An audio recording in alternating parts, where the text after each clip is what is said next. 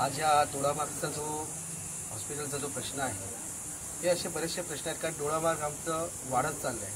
तालुक्यामध्ये बऱ्याचशा परप्रांतीयांनी मोठे मोठे प्रोजेक्ट उपलब्ध केलेले आहेत. पण हॉस्पिटलायझेशनचं काय? हॉस्पिटलमध्ये जर समजा एक रुग्ण आला, त्याला उपचार भेटू शकले नाही, तर त्या हॉस्पिटलचा उपयोग काय? डॉक्टरची चर्चा करत होतो मी. त्या डॉक्टरांना सांगितलं, आता ह्या वर्षभरात जेवढे अटॅकने पेशंट दगावले, डिलिव्हरी किती झालेली आहे आणि तुमच्याकडे ऑब्झर्वेशन किती पेशंट्स आहेत यांची एक लिस्ट द्या. ही लिस्ट घेऊन आपले जे पालकमंत्री नितेश राणे आहेत, ते घराने आता काम करत आहेत, त्यांना ही आपण सर्व वास्तुस्थिती सांगूया.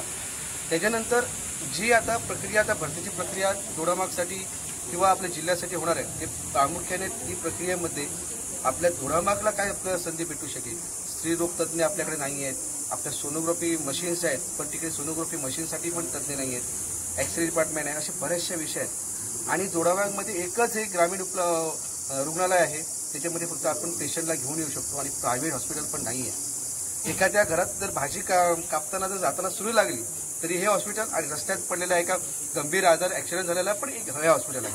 त्याच्यामुळे हॉस्पिटलची क्षमता कशी वाढणार आहे ह्याच्याकडे आपण त्या डॉक्टर साहेबांशी चर्चा केली आहे आणि योग्य प्रमाणात आपण हे सर्व सविस्तर घेऊन नितेश साहेबांकडे जाऊन, प्रवीणजीने आम्हाला जी हाक दिली त्याला आम्ही त्यांना फोन केला, मला तिकडे बोलवलं आणि आपण ही सर्व परिस्थिती जाणून घेतली डॉक्टरांकडनं वगैरे.